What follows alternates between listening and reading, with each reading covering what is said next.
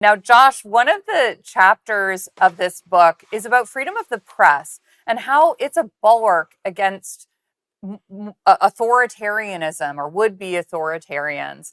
And it has been that type of right for a long time. So why don't you tell me about the history of the right to freedom of the press and maybe some relevant cases that are discussed in the book? Yeah, so the history of freedom of the press, it's been a fight right from day one. As soon as, the printing press arrives in England, we see the king create a special court, the Start Court of the Star Chamber, to crack down on anyone who's printing anything that is without a license, in other words, anything that is going to challenge his authority.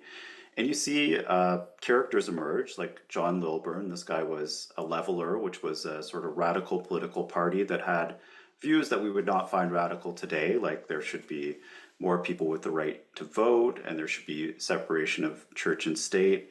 He takes on this censorship regime and importing pamphlets from the Netherlands that are outlawed, and he's punished by the Star Chamber, but the public really sides with him.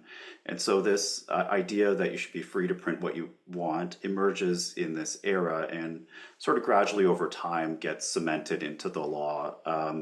One example, for example, from the United States is the Zanger case that we talk about, where New York City publisher prints stuff that the governor doesn't like, the colonial governor, and the local people. They refuse to convict him of seditious libel. And this leads to the First Amendment in the US that says that Congress shall make no law abridging freedom of speech or of the press.